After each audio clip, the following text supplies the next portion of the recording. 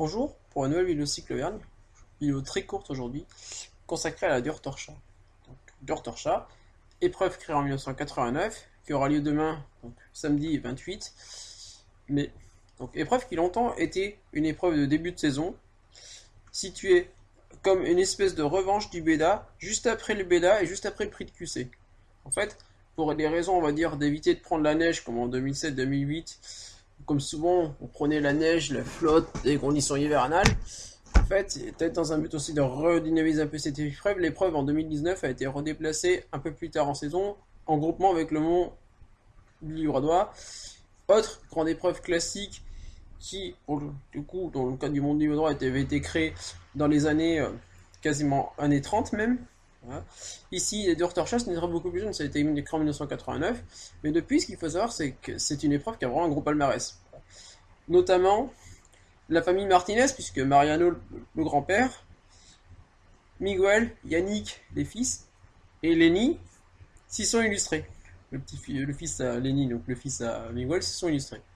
On a également eu des coureurs comme Karl Naibo, comme Hubert Dupont également, qui étaient présents hier aux trois écoles. D'ailleurs.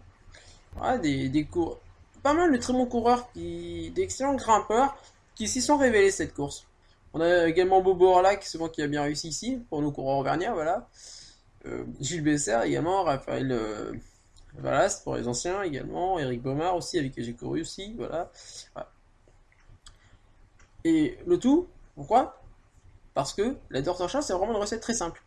Depuis presque 35 ans, c'est toujours le même circuit. C'est un circuit très simple, 3 villes, donc Durtol, Orsine, Chana, d'où le nom. Inversé dans le cas d'arrivée à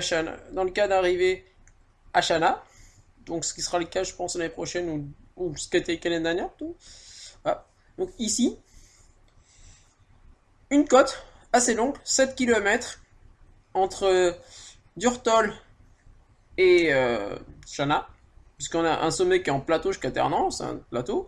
Ensuite, la descente, tout petit bout de plat, à peine de plat, il doit y avoir quoi 200 mètres de plat ce circuit à peu près. Donc vraiment un circuit très dur, à faire 7-8 fois pour les élites. Pour nous, en passe cyclisme, 2 fois, voire 3 fois parfois. 3 fois pour les 3. Voilà. Ça suffit, ça trie le peloton directement. Voilà. Peloton qui malheureusement cette année d'ailleurs sera pas si nombreux que ça, notamment passe cyclisme. En fait, en passe cyclisme et féminine, on est quoi? On est 25 à peu près.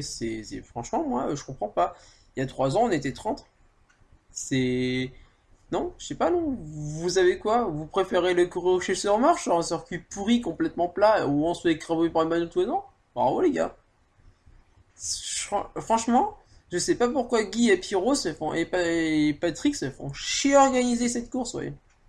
On est 14, non mais attendez, c'est un scandale. Voilà. Donc un peu plus nombreux en 3, mais pareil, pas non plus si nombreux que ça.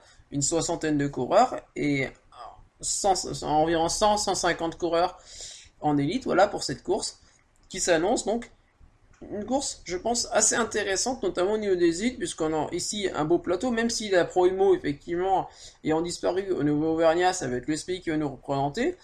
Et voilà, ça reste une course avec des très belles équipes. Donc c'était Lionel de la chaîne Cyclo Vergne.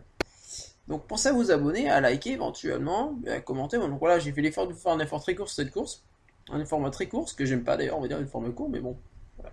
Donc j'essaie de faire des formats courts en ce moment, parce que j'ai pas trop le temps de faire des formats longs. Donc bonne soirée et au revoir.